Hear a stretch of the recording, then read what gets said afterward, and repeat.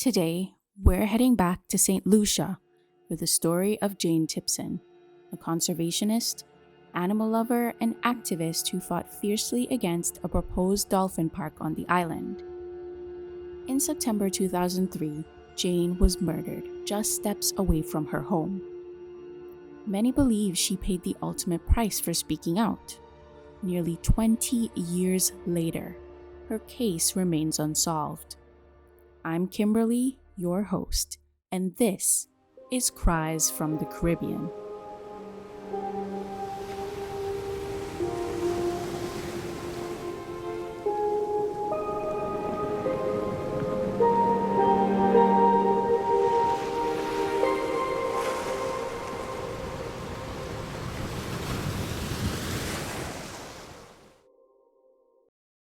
Jane wasn't a politician.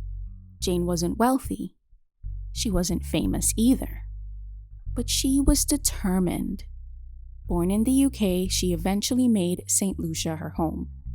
A place that looks like paradise from the outside. Lush, green, wrapped in turquoise waters. But beneath that beauty is a small island stretched thin. Tourism makes up the majority of its economy, with cruise ships bringing in more visitors each year than the island's entire population. And while tourists see beaches and rum punches, many locals live below the poverty line, navigating the realities of hurricane seasons, fragile infrastructure, and a constantly shifting economy. Among St. Lucia's most treasured spaces is Pigeon Island National Park, a protected ecological and cultural jewel. But for years, foreign investors have circled it, proposing a dolphinarium, which is basically a swim with the dolphins type attraction marketed to cruise passengers. And locals? They've been pushing back just as long. Environmental groups warned that the project would devastate coral reefs, affect the livelihood of fisherfolk, and bring in outside staff instead of employing locals. Beyond the ecological damage, there was the moral question. Should wild, intelligent creatures be trapped and trained for entertainment? At the forefront of that fight was 53-year-old conservationist Jane Tipson. Every dollar she earned from her small restaurant and bar went straight back into caring for the animals and protecting the island's natural environment. She founded the St. Lucia Animal Protection Society, or SLAPS, and she also co-founded the Eastern Caribbean Coalition for Environmental Awareness. She worked with international organizations, helped shape whale watching guidelines, wrote articles, spoke on radio and TV, and pushed governments to take environmental issues more seriously. Jane wasn't loud, but when it came to protecting animals, she was unshakable. But her activism made her enemies. As she campaigned against the dolphinarium and collaborated with international groups exposing illegal pilot whale hunting, the threats started. Phone calls, warnings, repeated messages telling her she was going to be killed. Friends of hers later confirmed she spoke about these calls, though there is no public record showing whether she reported them to police. By September 2003, tension was thick around her, and things escalated quickly. Just a day before her death, 2 teenagers had broken into her restaurant, stealing cash and cigarettes. One was arrested and released on bail. The younger one, just 17, was later found shot dead. Police said they knew who killed him, but never released the name. They also insisted the murder of the teenager and the murder of Jane were not connected. But it didn't calm public suspicion. Rather, public suspicion just grew. So let's get into the night everything changed. It was just after midnight on September 17th, 2003. Jane and her sister Barbara were heading home after trying to catch stray dogs, and cats, something they did often together.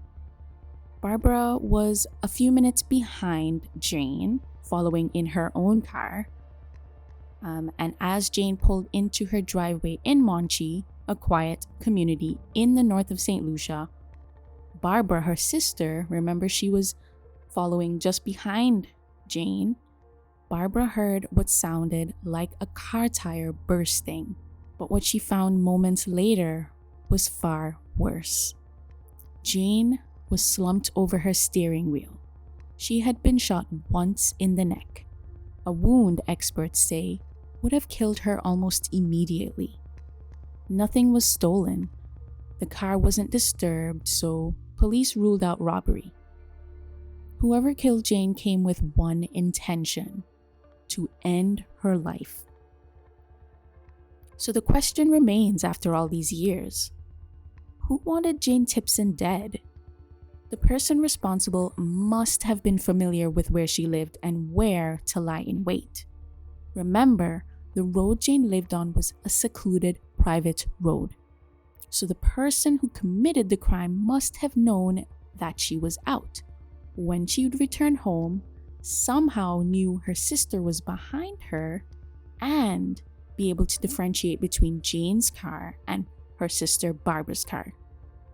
I say this because it could have easily been Barbara returning home before Jane. And the perpetrator would have had to know that Barbara would have been far enough she wouldn't have been able to see anything. I can see why many people believe this was an assassination.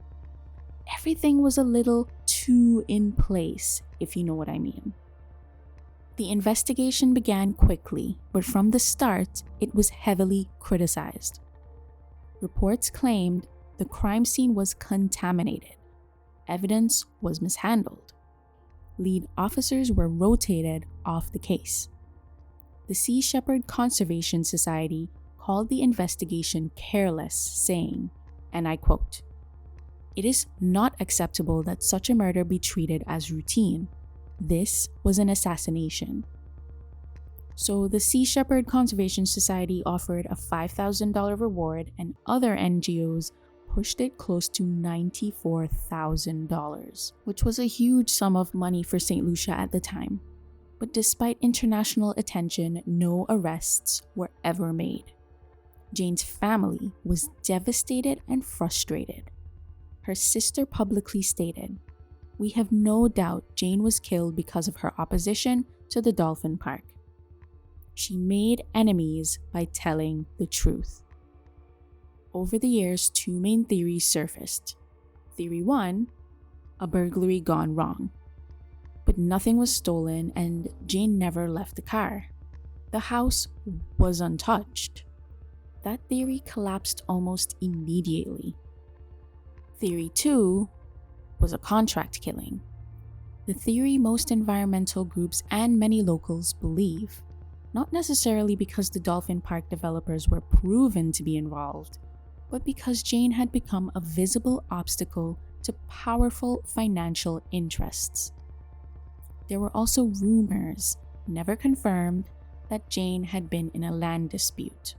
The details of that dispute were never made public, and no credible sources have ever tied it directly to her murder. But the existence of that rumor only added fuel to the fire.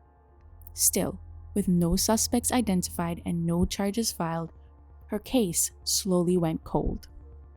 But even in silence, her death shook the environmental world.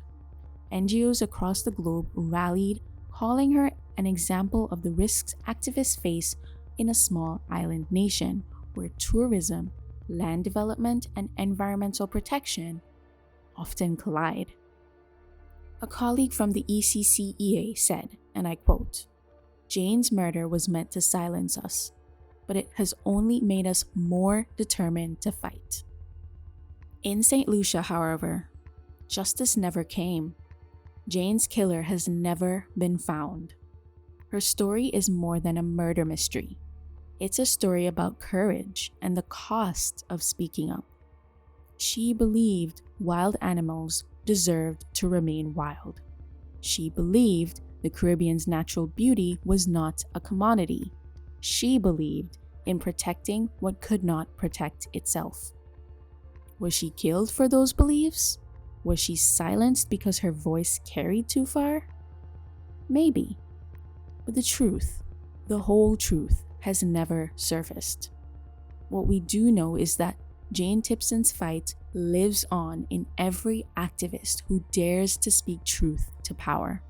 This has been Cries from the Caribbean. If you have information on the murder of Jane Tipson or any unsolved crime in the region, speak out. Share her story, because silence only protects the guilty.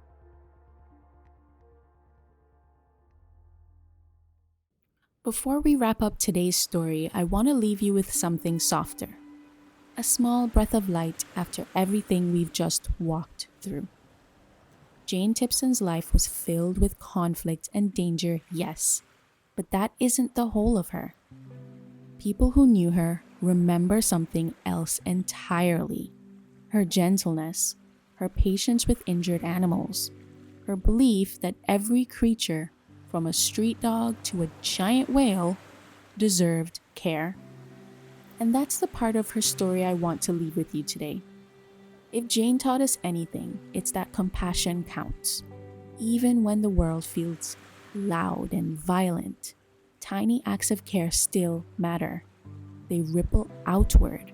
They change things. So before you move on with your day, unclench your jaw, breathe deeply, and honor Jane in the simplest way possible. Do one small kind thing for someone, or something, today. Because hope isn't loud. Sometimes it looks like a rescued puppy, or a reef protected, or a voice refusing to go quiet. And those are the kinds of ripples Jane left behind. If you enjoyed this short story, please leave a comment. If you have any theories on what might have happened to Jane, also leave a comment, leave a review for my podcast. The more reviews, the more comments I get, the more it can be shared with others. And these cases will never be forgotten. Let's keep the stories alive. Thank you for listening. Stay safe out there.